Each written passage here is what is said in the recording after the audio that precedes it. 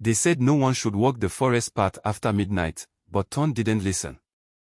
He thought it was just an old tale, until he stumbled into a market where humans were sold like yams. And that night, he learned, some markets don't sell food, they trade souls. Tunde was a small boy with big dreams. He lived in the quiet village of Ologbo, a place surrounded by thick forest and red earth roads that turned muddy when it rained.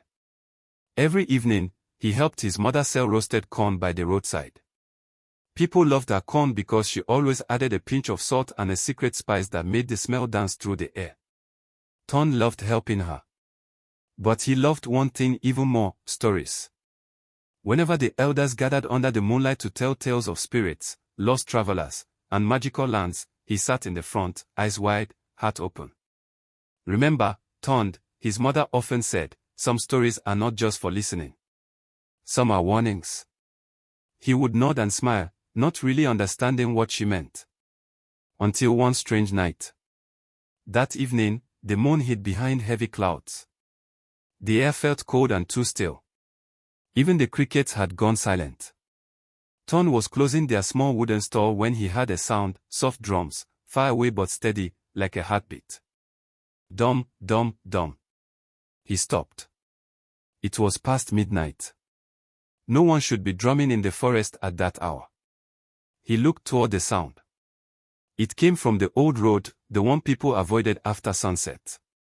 The elders said spirits walk there at night, searching for lost souls to trade. But curiosity is a stubborn thing, especially in the heart of a young boy. Tunde picked up his lantern, whispered a short prayer, and started walking toward the sound. The forest was quiet except for the crunch of dry leaves under his feet. The drums grew louder. He felt his heart beating fast, but he could not turn back. Something deep inside pulled him forward. After walking for a while, he saw a faint light through the trees. It flickered, yellow and red, like a row of burning lamps. The smell of smoke and roasted food floated through the air. He frowned. A market. At this time of night. He stepped closer and gasped. There, right in the middle of the forest, was a giant market he had never seen before. Hundreds of stalls lined the path. Lanterns hung from trees like stars.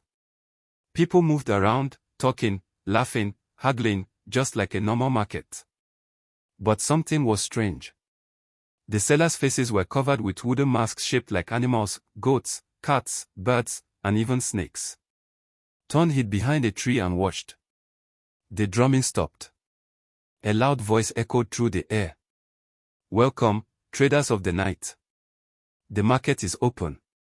Let the bargains begin. The crowd cheered. Bells rang. Tunde's lantern trembled in his hands. He had never seen anything like it. He saw a woman selling roasted yams, but the yams were shaped like people, tiny arms and legs carved into them. He thought they were just decorations until one of the yams blinked. Tunde almost screamed. He covered his mouth quickly. He looked again, and the yam moved, slowly, like it was breathing. The woman picked it up and said, "Fresh ones tonight. Still warm from the soil of the living." A man in a long robe nodded and handed her a bag of shining cowries. She smiled, placed the yam in a basket, and the man walked away with it like it was food. Tunde's heart pounded so hard he thought they would hear it. He whispered to himself, "No, it can't be humans." He rubbed his eyes, thinking maybe he was dreaming. But the sights around him grew even more frightening. At another stall, a masked seller held a basket filled with yam heads, only they looked too real. Their eyes blinked slowly, mouths twitching as though trying to speak. Tunde stepped back, his hand shaking so much that the lantern nearly fell. He turned to run, but before he could move, a hand touched his shoulder. He froze. The touch was cold. He turned slowly and saw a tall man wearing a mask shaped like a lizard. The man bent low and whispered, "You shouldn't be here, boy. The market of souls does not welcome the living." Tunde's voice trembled. I didn't mean to come here. I just heard the drums." The man looked around quickly, then pulled Tunde behind a stall. "Listen carefully," he said. "If they find out you're alive, they will sell you too." Tunde's mouth went dry. Sell me. But I'm not a yam. The man's eyes glowed faintly through the mask. In this market, everything that breathes is food to someone. Even fear has a price. Ton wanted to scream, but his throat locked tight. He looked at the man, who sighed. You must leave before the third drum. When it sounds, the gate closes, and no living soul escapes. Please, show me the way, Ton begged. The man looked on. I cannot help you. My chains are hidden. I am not truly free. Ton didn't understand what he meant, but the man suddenly pushed him away. Go now. They are coming. Ton ducked between two stalls and ran. The ground beneath him felt soft, like stepping on flesh instead of soil. He looked down, and realized the market floor was covered in pale hands reaching up weakly, as if begging for help. He stumbled and fell. His lantern rolled away. The hands didn't grab him, but they brushed against his legs, whispering, "Help us, free us." He crawled backward, trembling. He didn't want to believe what he saw. This isn't real, he said, shaking his head. It's just a dream. But dreams don't have smells, and Ton could smell smoke, roasted yam, and something else, something rotten. Then came the second drum. Dum, dum, dum. The crowd shouted again. More buyers arrived, carrying baskets of coins and bottles filled with light. Ton hid behind a pile of empty baskets, picking out carefully. He saw a boy his age being dragged by two masked traders.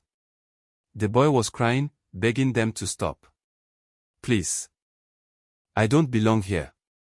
One of the traders laughed. You do now. The soil has claimed you. Ton wanted to help, but fear pinned him in place. The traders lifted the boy and placed him on a wooden table. They began to cover him in ashes and leaves, murmuring strange words. Slowly, the boy's skin started to turn brown, rough, and hard, like yam skin. Ton covered his eyes. Tears rolled down his cheeks. He whispered, I have to get out of here. But then he remembered his lantern. It was still lying on the ground, its flame flickering weakly. He reached for it, but a hand grabbed it first.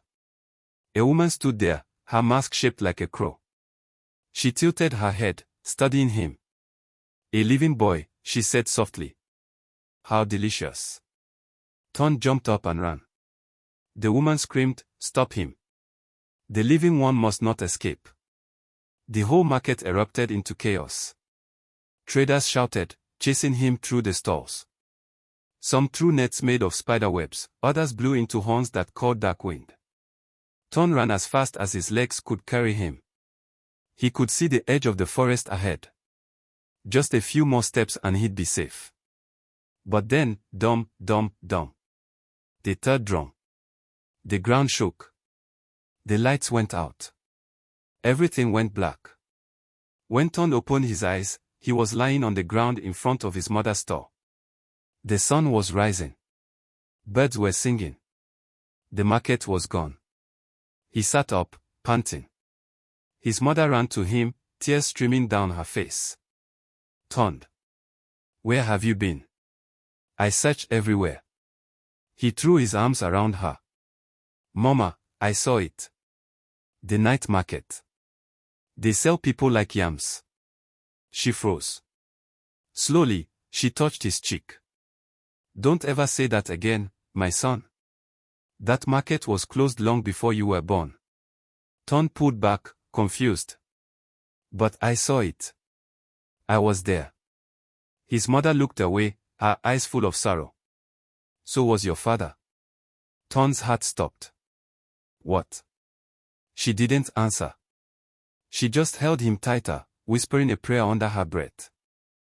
As the morning light warmed his face, Ton noticed something on his wrist, a faint mark shaped like a yam leaf, glowing softly. He touched it, and for a moment, he heard the faint sound of a drum. Dum, dum, dum. And somewhere, deep in the forest, a voice whispered. The market never truly closes. Ton could not sleep that night. He lay on his mat, staring at the ceiling while the moonlight slipped through the cracks in the roof. The mark on his wrist kept glowing faintly, like a small firefly trapped under his skin. He tried washing it, rubbing it, even covering it with his blanket, but it did not go away. He turned to his mother, who was already fast asleep beside the fire. Her face looked peaceful, but her words from the morning kept echoing in his head. So was your father? What did that mean? How could his father have been in that strange night market too? Ton's father had disappeared years ago, when he was only 5. People said he went hunting one evening and never came back. Some villagers believed wild animals took him. Others whispered that he was cursed. But now, after what Ton had seen, he wasn't sure what to believe anymore. The drums still echoed faintly in his mind, dum, dum, dum, like they were waiting for him to return. At dawn, he got up quietly, picked his small gourd of water, and walked to the stream. The air was cold and damp. Birds were waking up. Everything looked normal, but inside Ton, nothing felt normal anymore. He knelt beside the water and dipped his wrist in. The mark shimmered under the surface, brighter than before. Suddenly, the water rippled, though there was no wind. He frowned and leaned closer. A face appeared in the water. It was not his reflection. It was a boy's face, the same boy who had been turned into a yam at the market. Ton gasped and fell backward. The water rippled again, and the boy's voice whispered, soft and broken. Help us, Ton, before the next full moon. Ton crawled closer, shaking. Who are you? How do you know my name? The boy's eyes filled with tears. We are the lost ones. The market has our souls. You carry its mark now. It won't stop calling you until you return. Ton's heart raced. Return? Never. I'm not going back there.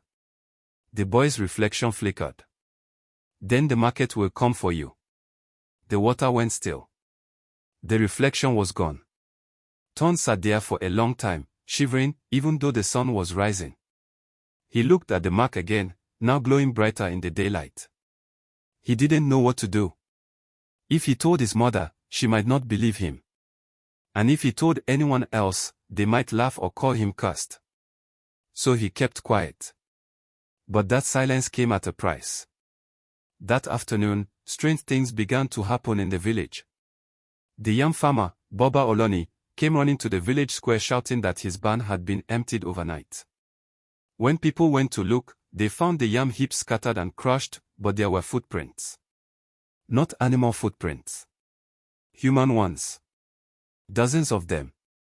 Then, at sunset, a young woman selling vegetables screamed when one of her yams began to cry. The crowd gathered around, confused and frightened. The yam's tiny voice wailed like a child. When they cut it open, there was nothing inside but white flesh, yet the crying continued in the air. Everyone fled. By nightfall, no one wanted to eat yam. People locked their doors and whispered prayers. The elders gathered under the big tree, their faces pale with worry. Ton hid nearby, listening. The oldest among them, Boba Oloi, spoke in a trembling voice. It is happening again, he said. The market of souls has awakened. The others gasped. But it was sealed. The gatekeeper closed it generations ago. Boba Oloi nodded slowly. Then someone has reopened it. Ton's chest tightened.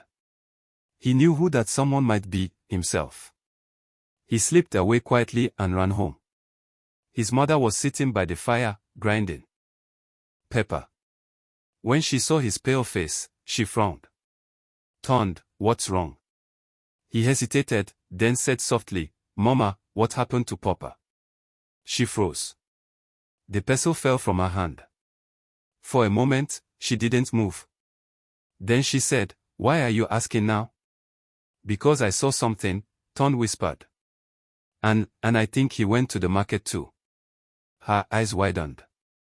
What did you see? He told her everything, the drums, the masks, the yam-shaped people, the glowing mark, the boy in the water. When he finished, his mother's eyes were full of tears. She reached for his hand. Ton, you have seen what should never be seen. Then tell me the truth, he cried. What really happened to Papa? She took a deep breath. Your father was a trader, brave, curious, and kind. One night, he heard the drums, just like you. He went into the forest, thinking it was a new market where he could sell our goods. But he never came back. Days later, I found a yam on our doorstep. It had his necklace wrapped around it. Ton's stomach twisted. You mean? Yes, she said, voice trembling. They took him. The market of souls claimed him. Ton stared at the mark on his wrist. Then why did it appear on me? His mother wiped her eyes. Because you are his blood. The market remembers every trader it has ever taken. If it marked you, it means it wants something from you. Wants what? She shook her head. No one knows. But once the market chooses you, you must either break its curse or become part of it. Ton's heart pounded. How can I break it? Before she could answer, the wind outside howled fiercely. The lantern flickered. Then, dum, dum, dum, the sound of the drum echoed faintly in the distance. Ton and his mother froze. The same haunting rhythm filled the night air. She ran to the window. No, it can't be tonight. It's not the full moon yet. Ton whispered, Mama, it's calling me. She turned sharply. Don't you dare answer it, Ton. But the mark on his wrist burned like fire. He fell to his knees, clutching his arm. The glow grew so bright it filled the room. Then, before either of them could move, the light burst, and the walls around them vanished. Ton found himself standing in the middle of the forest again. The drums were louder now. The night market had returned, alive and glowing under the moonlight. This time, he wasn't alone. Standing beside him was the masked man who had warned him before, the one with the lizard mask. Ton, the man said, his voice calm but heavy. You shouldn't have come back. I didn't mean to. Ton said. It brought me here. The man nodded. The mark has chosen you as a bridge between worlds. You are both living and bound. I want to break the curse, Ton said. Tell me how. The man looked at him for a long moment. You cannot fight the market with fear. You must find the heart yam, the one that feeds the entire trade. If you destroy it, every soul will be free. Ton swallowed hard. Where is it? In the center of the market, the man said. Guarded by the mistress of masks. Before Ton could ask more, loud voices echoed through the stalls. The living boy has returned. Bring him to the mistress. The man pushed Ton behind a cart. Go. Follow the sound of the crying yam. It will lead you to the heart. Ton hesitated. Who are you? The man's mask tilted slightly. Your father. Ton froze. Papa. Before he could speak again, the man vanished into smoke. The drums thundered louder. Dum, dum, dum. Ton wiped his eyes and ran. Around him, traders shouted and spirits moved between stalls. The glowing lanterns flickered like dying stars. He followed the faint sound of a cry, a soft, sad wail that echoed through the market. It led him past stalls of whispering fruits and mirrors that showed faces instead of reflections. It led him through paths that bent and twisted like snakes. It led him to a giant hut made of yam roots and bones. Inside, a golden light shone. There, resting on a wooden throne, was a yam shaped like a human heart, pulsing and glowing. The crying came from it. Ton took a step closer, but a cold voice filled the air. So, the son of the stolen returns. He turned. The mistress of masks stood at the doorway, tall, silent, her mask shaped like a smiling woman but with empty eyes. She raised her hand. The market waits, little one. Will you trade your freedom for theirs? Ton stood firm, though fear trembled in his bones. No. I came to end it. The mistress laughed softly, the sound like wind through dry leaves. Then the market will end you first. The drums pounded again, shaking the ground beneath him. Ton took a deep breath, remembering his mother's words, some stories are not just for listening. Some are warnings. He clenched his fist, staring at the glowing heart yam. And for the first time, he felt the courage of a boy who refused to be sold. The mistress of masks stood tall before Tunde. Her robe shimmered like smoke, and her mask, carved from ivory, smiled a smile that never reached its eyes. Around her, masked traders bowed low, their voices chanting softly in a language Tunde could not understand. The air was thick with a strange scent, part yam, part something darker, like old rain and forgotten graves. The glowing heart yam paused in the center of the hut, glowing brighter with every beat of the drums outside. Tunde could feel its power. It wasn't just a yam. It was alive. Do you know why they call this the heart yam? The mistress asked, her voice smooth and cold. Tunde didn't answer. She smiled beneath the mask. Because it beats with the souls of every human traded here. Every bargain, every betrayal, every hunger for more, it all feeds this heart. She stepped closer. Your father tried to destroy it once. He failed. Tunde's chest tightened. You knew my father. She tilted her head.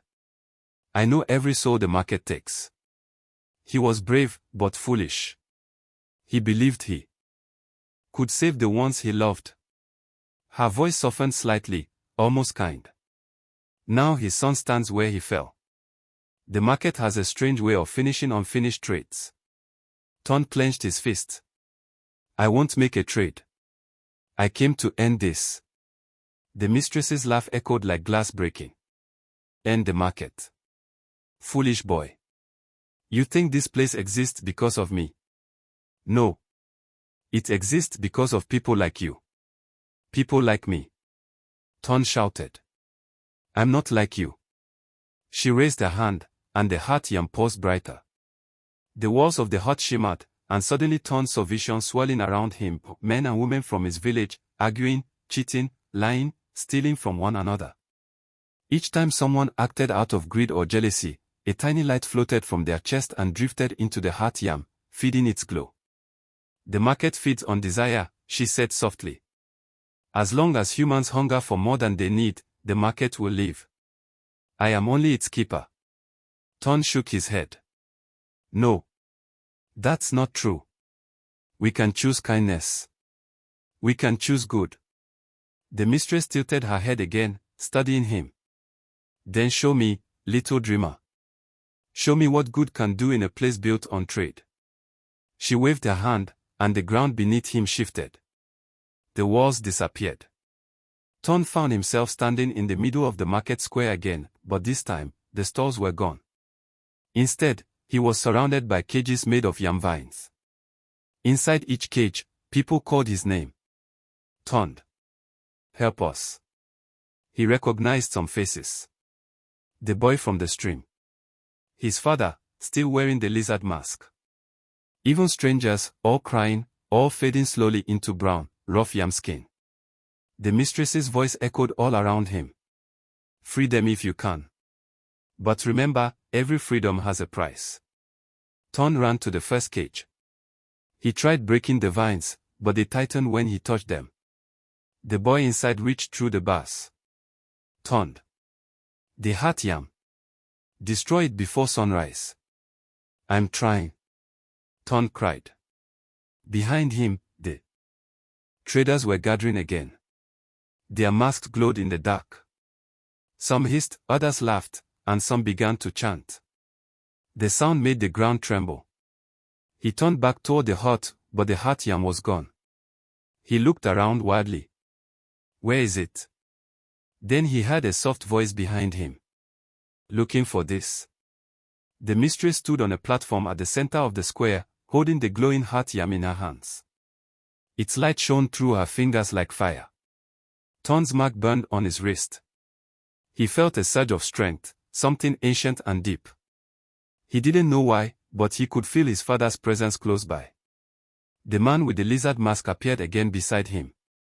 Tunde, he said gently, the only way to destroy the heart is to give it something purer than greed, something it cannot consume. Tunde looked up at him, tears in his eyes. Papa, I thought you were gone. His father smiled sadly beneath the mask. I've always been here, my son. Trapped between the trade and the truth. But now, you have a chance to do what I could not. Ton looked at the glowing hot yam in the mistress's hand. What do I give it? His father's voice trembled. Yourself. Ton stared at him in disbelief. What? No. There has to be another way. But his father placed a hand on his shoulder. The market only understands exchange. To break its law, you must make a new one. A trade not born of greed, but of love. The mistress raised the hot yam high. Choose now, boy. Trade your life, or let the market feast forever. The drums pounded louder, echoing like thunder. Ton stepped forward, shaking but determined. If my life will free them, then take it. The crowd gasped. The traders hissed and whispered among themselves. The mistress's smile faltered. You would trade your soul? For strangers. Ton's eyes glowed with tears. They are not strangers. They are people. Like me. Like my father. Like you once were. For the first time, the mistress hesitated. Ton walked closer. If you were truly human once, then you know what it feels like to lose everything. I won't let this happen again. He reached for the hot yam. The mark on his wrist burned brighter and brighter until it burst into golden light. The mistress screamed as the light touched her mask. Cracks spread across it, and a faint, human face appeared beneath, a woman's face, tired and sorrowful. She whispered, I remember now. I was the first trade. Her hand trembled. Take it, Tunde. End it. Ton grabbed the hot yam. It burned like fire, but he held on tight. For everyone who was taken, he said, voice shaking. For my father. For all of us. He crushed it in his hands. A blinding light exploded across the market. The cages shattered. The traders screamed as their masks fell away, revealing empty air. The cries of trapped souls filled the night, rising higher and higher, then fading into peace. When the light dimmed, the market was gone. The forest stood silent once more. Ton collapsed to the ground, breathing hard. His hands were glowing faintly, and the mark on his wrist slowly faded. A soft voice spoke behind him. My son. He turned and saw his father, no mask, no chains, just a warm smile. You did what I could not. You freed us all. Ton's eyes filled with tears. Papa, don't go. His father knelt beside him. You broke the curse. But every ending must become a story. Tell it, so no one forgets. Ton reached out, but his father's form shimmered and faded into light. When he opened his eyes again, it was morning. He was lying beside the village stream, birds singing above him. The water sparkled, calm and clear. The mark was gone. He stood slowly, his heart heavy but peaceful. As he walked back home, he saw villagers smiling again, laughing, living freely. The fear that had hung in the air was gone. His mother ran to him, tears of joy in her eyes. Tunde. You're safe. He hugged her tightly. The market is gone, Mama. Papa is free. She held him close, whispering prayers of thanks. That night, as they sat by the fire, Tunde told her everything. She listened, silent and still. When he finished, she looked at the stars and said softly, then let the story live, so no one ever forgets the price of greed. Tunde nodded. And as the fire crackled, he thought he heard a faint sound far away, like a single drum beat, soft and slow. But this time, it wasn't a call. It was a goodbye. The night was darker than ink. The moon had vanished behind clouds, and Tunde could barely see the path ahead. He held a small clay lamp he'd found near one of the stalls. The flame trembled like a frightened bird, casting long, quivering shadows on the ground. Every time the wind blew, the light bent and almost died, but Tunde kept it alive with his hand. He walked carefully, afraid of what might appear next. The market no longer looked empty. Ships moved between the stalls, not people, but shadows with legs. He heard whispers in the air, the same voice that had told him to leave before. But this time, it wasn't just one voice. It was many. Tunde. Tunde, they sang softly, echoing like a song from a distant dream. Who's there? Tunde asked, trying to sound brave though his knees shook. A woman's voice answered, soft as wind through grass. You should not be here, child of light. This is a market of forgotten souls. Tunde turned and saw a figure wrapped in rags, her face hidden beneath a broken basket. She stood beside a stall full of clay pots that hummed quietly, as if something was breathing inside them. Who are you? Tunde asked. I am no one now, the woman replied. I was sold here long ago. Like a yam. Tunde's heart stopped for a moment. Sold. But, how can people be sold like food? The woman's voice cracked. It began when greed grew stronger than kindness. When people started to trade others for gold and comfort. Their spirits never left this place.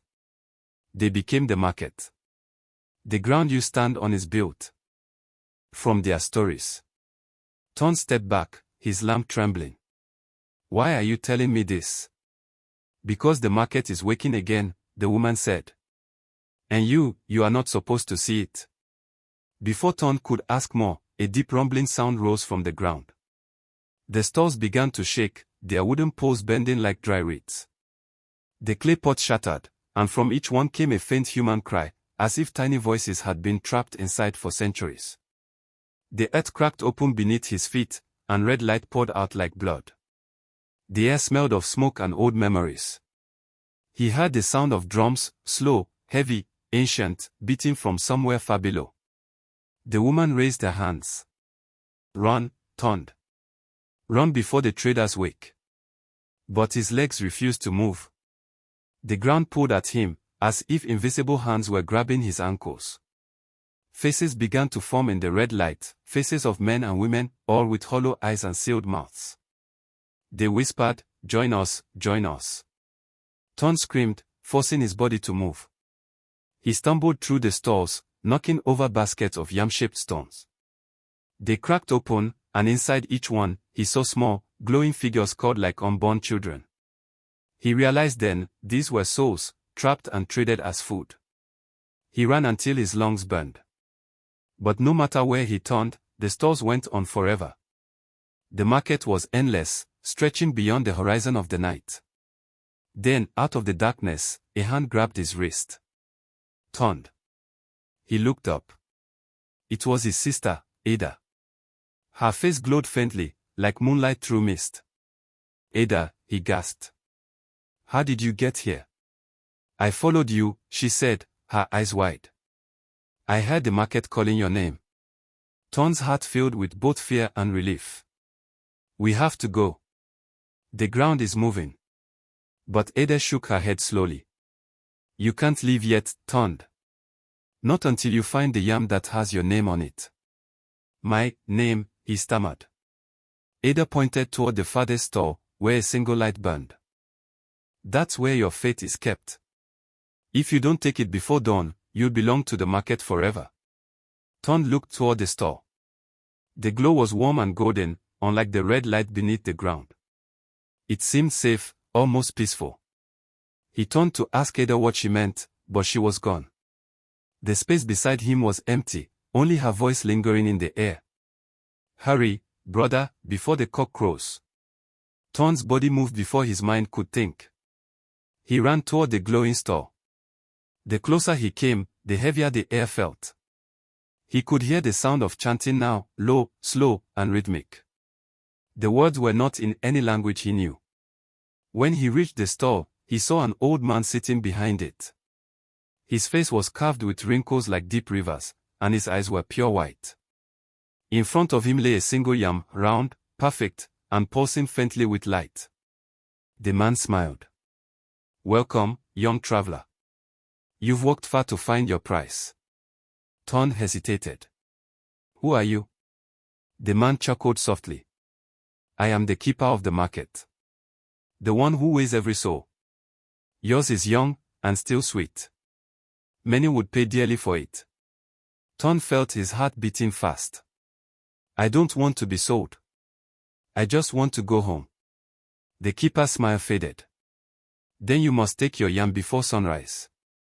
It is your spirit's reflection. If you eat it, you will remember who you are. But if you refuse... He reached out and touched the yam. The light dimmed. The market will keep you, and you'll never wake again. Tunde stared at the yam. Its skin was smooth, glowing softly. He saw his own reflection on its surface, small, trembling, afraid. He reached for it, but before his fingers touched it, a voice whispered behind him, the same whisper that had warned him before. Don't eat it, Tunde. It's not what you think. He turned quickly, but no one was there. Only the shadows of the stalls and the faint outline of something moving, something tall, cloaked, and watching him. The keeper tilted his head. What will you choose, boy? To wake, or to belong? Tunde looked down at the yam again. The light pulsed faster, matching his heartbeat. The chanting grew louder, echoing from every corner of the market. He knew one thing for sure, whatever he decided would change everything. He took a deep breath and reached out.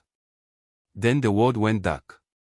When Tunde opened his eyes, everything was silent. The chanting was gone. The air was still and heavy, as if the night was holding its breath.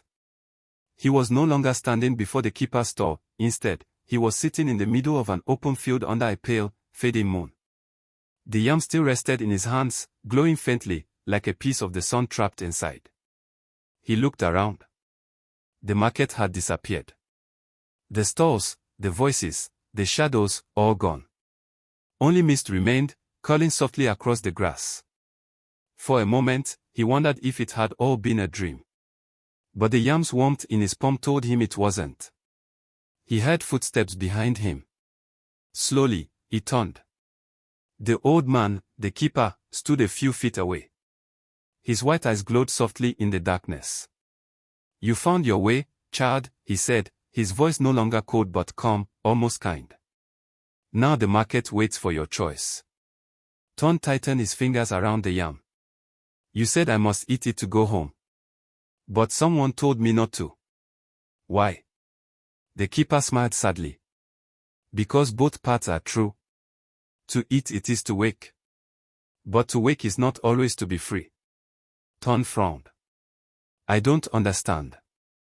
The old man gestured to the mist. This market was born long ago, when men began to trade others for gain, their brothers, sisters, friends. Every coin bought a soul, and every lie became a chain. When their greed grew, their hearts turned to stone. The gods, seeing this, cursed them. They were turned into yams, to be peeled, cut, and sold, just as they once did to others. Tunde's eyes widened. So the yams were people. Yes, the keeper said softly. Each yam you saw on those stalls was once a heart that lost its way. The market of souls feeds on the greed of the living. It appears only at night, to those whose hearts are near the edge, to remind them what happens when kindness dies. Tunde's throat tightened. Then why did I see it? I've never sold anyone. I'm not greedy. The keeper looked at him for a long time.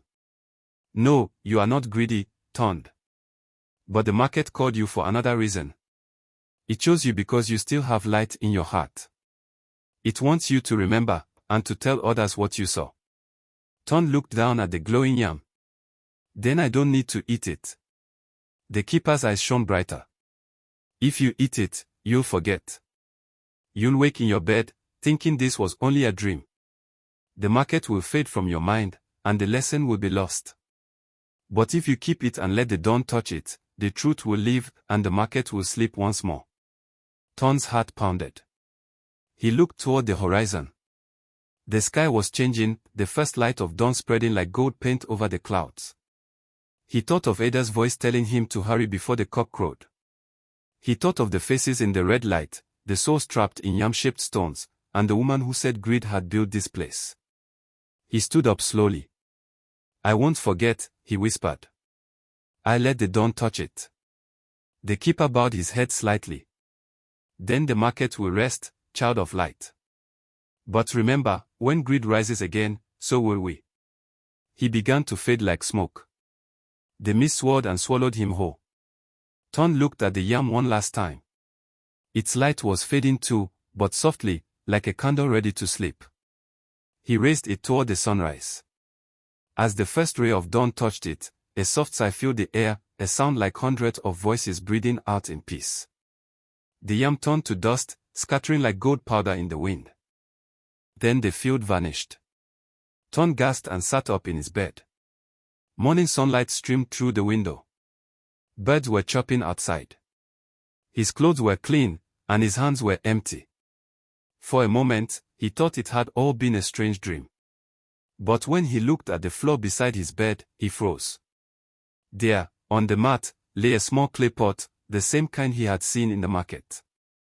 Inside it was a single yam seed, glowing faintly like a heartbeat. He touched it carefully. It was warm.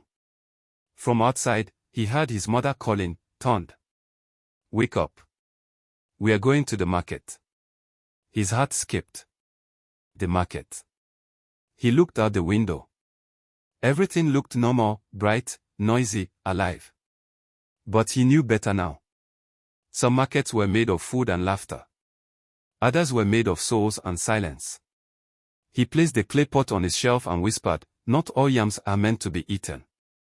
That night, when the village gathered around the fire, Tunde told them a story.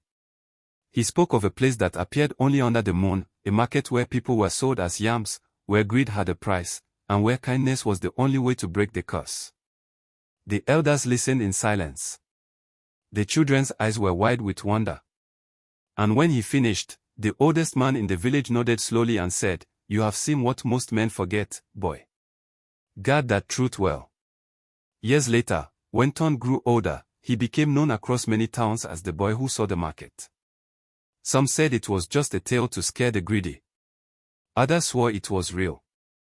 But in the quiet of night, when the wind rustled through the yam fields, some farmers claimed they could still hear faint whispers among the leaves, gentle voices saying, "Remember us." And somewhere, deep below the earth, the market slept, waiting for another soul to forget the lesson. Greed turns hearts into stones, and kindness is the only fire that can keep them warm. When people begin to see others as things to be used or sold, they lose a part of their soul. But when they choose compassion, even the darkest market must close its doors. And so, the market where humans were sold as yams disappeared, but some say its shadow still moves when the moon is full. Maybe it sleeps, waiting for another broken promise. Tell me, if you heard the drums tonight, would you dare to follow them? Don't forget to like, share and subscribe for the next story, because in Africa, not every night ends with a dream, some end with a whisper.